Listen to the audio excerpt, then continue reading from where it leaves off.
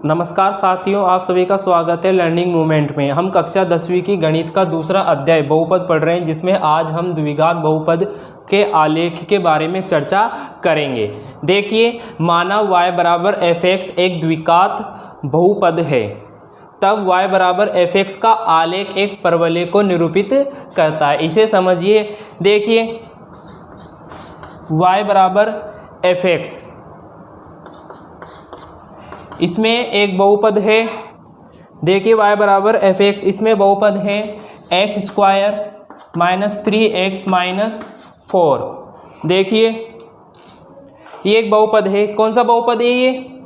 एक द्विघात बहुपद, क्योंकि इसमें चरपद की घात कितनी है? 2। अधिकतम घात कितनी है इसकी? 2। अब देखिए, y बराबर fx। अब आगे देखिए, यदि y बराबर fx एक द्विघात बहुपद है, तब y बराबर fx ax square plus bx plus c, जहाँ a किसके बराबर नहीं है? 0 के रूप में होगा। देखिए, उसी के रूप में है द्विघात बहुपद, जैसे a square plus bx plus c, इसी रूप में है।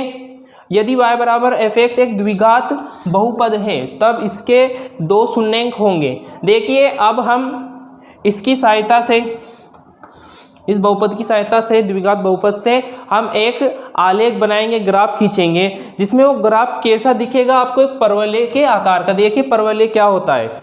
जो ऐसी आकृति परवलय कहलाती है।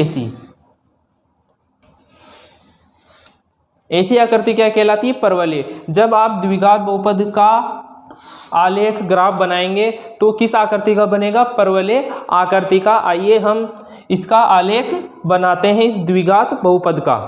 देखिए, ये बहुपद है x square minus 3x minus 4। अब इसका हम आलेख बनाएंगे।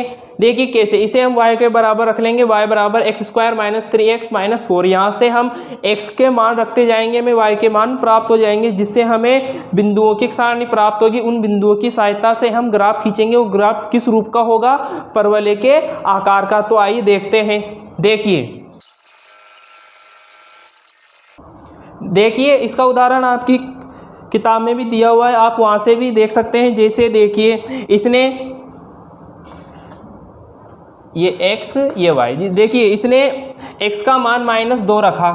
यहाँ पर जहाँ पर आपको x दिख रहा है, वहाँ पर इसने क्या रखा? -2। हम देखिए, मैं आपको इसका रख के दिखाता हूँ। जैसे y बराबर x square minus 3x minus 4। अब इसने x का मान -2 रखा, -2 का स्क्वायर माइनस 3 माइनस 2 माइनस 4। अब देखिए, -2 का स्क्वायर कितना होगा? 4। ठीक। अब देखिए, माइनस को माइनस से गुणा करेंगे प्लस, और 3 को 2 से गुणा करेंगे 6, और -4। अब देखिए, प्लस के 4 से माइनस का 4 कैंसिल हो जाएगा, तो y बराबर अपने पास कितना आएगा? 6। तो यहाँ पर -2 रखने पर y का मान कितना है अपने पास? 6। अब यहाँ से देखिए, इसने -1 रखा x बराबर, यानी कि जहाँ जहाँ हमने -2 रखा था वहाँ आपको कितना रखना है? -1। अगर इसने -1 रखा तो y का मान इसे क्या प्राप्त हुआ? 0। अब इसी तरह इसने मान x के मान रखते गए और हमें y के मान पता लगते गए। जैसे x का मान रखा इसने 0, तो y का मान प्राप्त हुआ इसे -4। अब इसने x का मान रखा 1, तो इसे y का मान प्राप्त हुआ -6। इसने 2 रखा, तो भी इसे कितना प्राप्त हुआ? -6। अब देखिए, इसने x का मान 3 रखा, तो इसे कितना प्राप्त हुआ? -4। इसने 4 रखा x का मान, तो इसे कितना प्राप्त हुआ? 0। अब इसने लास्ट में कितना रखा? 5, तो इसे कितना प्राप्त हुआ? 6। अब हमें बिंदु प्राप्त हो चुके हैं। कैसे? देखिए, हमें बिंदु प्राप्त हो चुके हैं, -2, 6। अब हम इसे कार्तीय तल पर इन बिंदुओं को निर्देशित करेंगे, प्रदर्शित करेंगे। देखिए, अब देखिए, यहाँ पर y में सबसे उच्चतम मान देखिए आप 6 है, तो हम ऊपर 6 तक बिंदु y अक्ष पर बिंदुओं को निर्देशित करेंगे। 1 2 3 4 5 6 और ये 7। अब देखिए नीचे भी y अक्ष पर ही 1 2 3 4 5 6, 1 2 3 4 5 6। अब देखिए यहाँ पर 5 है, 1 2 3 4 5 6 1 2 3 4 5 6। यहाँ से देखिए 1 2 3 4 5 6 7, -1 -2 -3 -4 -5 -6 -7। अब देखिए पहला बिंदु क्या है, -2, यानी कि हमें चलना है यहाँ पर। ठीक है, x अक्ष का लेंगे पहले। अब देखिए y अक्ष पर y का मान कितना है 6, यानी कि यहाँ पर। तो देखिए इसे मिलाएंगे तो ये बिंदु जाएगा यहाँ पर। ठीक, आगे देखिए -1 यानी कि यहाँ पर, और 0 के कहाँ होगा, -1 पर ही होगा y का मान 0, एक बिंदु यहाँ पर। आगे देखिए x का मान कितना है 0, और x का मान 0 कहाँ होगा, y अक्ष पर। अब देखिए y का मान देखिए -4, यानी कि ये यहाँ पर। अब आगे देखिए x का मान 1, ये रहा, और -6 यानी कि यहाँ पर जाएगा ये। आगे देखिए 2 -6, 2 कहाँ है, ये रहे, -6 भी ये रहे। ठीक, अब देखिए 3 ये रहे, -4 यानी कि यहाँ पर। अब देखिए 4 और 0 यानी कि यहाँ पर। देखिए 5 और 6, 5 ये रहा और 6 ये रहा। अब हम इन बिंदुओं को मिलाएंगे। देखिए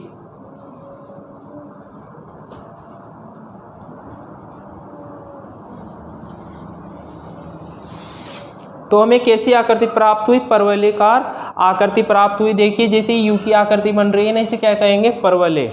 ये अभी ऐसे बन रही है।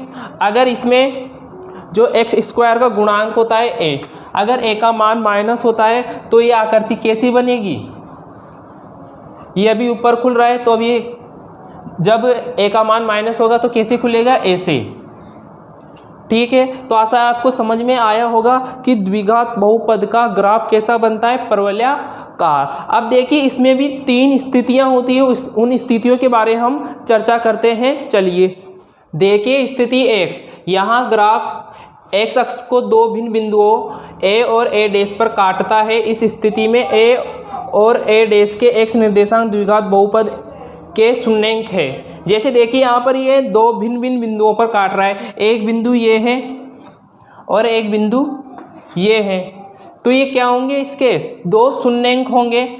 इस स्थिति में जो परवलय है, जो कि द्विघात बहुपद का जो ग्राफ है वो x अक्ष को 2 भिन्न बिंदुओं पर काटता है। पहली स्थिति तो ये कहती है, और ये दोनों ही बिंदु क्या होंगे, इस बहुपद के क्या होंगे, शून्यंक होंगे। आशा है आपको ये बिंदु समझ में आया होगा। अब हम दूसरी स्थिति पर चर्चा करते हैं। देखिए स्थिति 2, यहाँ ग्राफ x अक्ष को केवल एक ही बिंदु पर अर्थात 2 संपाती बिंदुओं पर काटता है। स्थिति 1 के 2 बिंदु a और a' यहाँ पर संपाती होकर एक बिंदु a हो जाते हैं।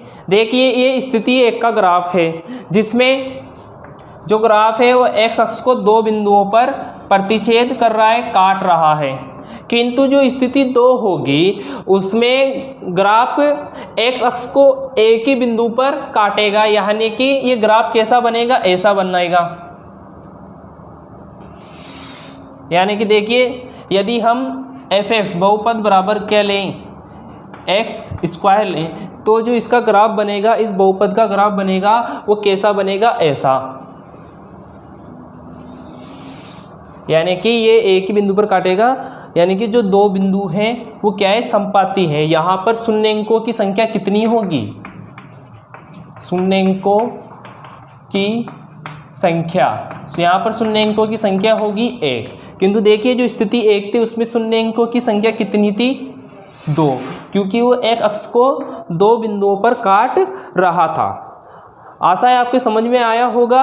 अब हम स्थिति 3 पर चर्चा करते हैं, जिसमें हम देखेंगे कि जो ग्राफ है वो एक अक्ष को किसी भी बिंदु पर काटता है नहीं है। कहने का मतलब या तो वो ऐसा बनेगा या वो ऐसा बनेगा।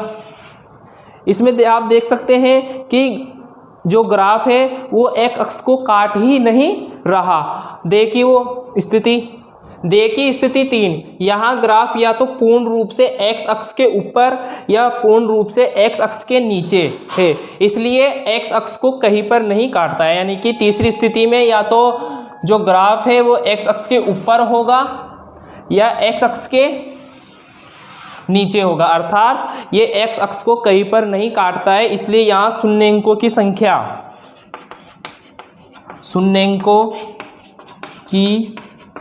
संख्या कितनी होगी? 0, यानी कि कोई शून्यंक नहीं होगा। आशा है आपको तीनों स्थितियां समझ में आई होंगी। देखो पहली स्थिति में तो जो ग्राफ है वो x अक्ष को 2 बिंदुओं पर काट रहा था, और दूसरी स्थिति में जो ग्राफ है वो x अक्ष को केवल एक बिंदु पर काटता है, यानी कि दोनों बिंदु क्या होते हैं? समपाती होते हैं। और तीसरी स्थिति में या तो ग्राफ x अक्ष के ऊपर है या x अक्ष के नीचे, यानी कि x अक्ष को कहीं पर नहीं काटता है। तो पहली स्थिति में तो जो बहुपद है उसके कितने शून्यंक हैं? 2 शून्यंक। और दूसरी स्थिति में कितने शून्यंक है? 1। और तीसरी स्थिति में कितने शून्यंक होंगे? 0।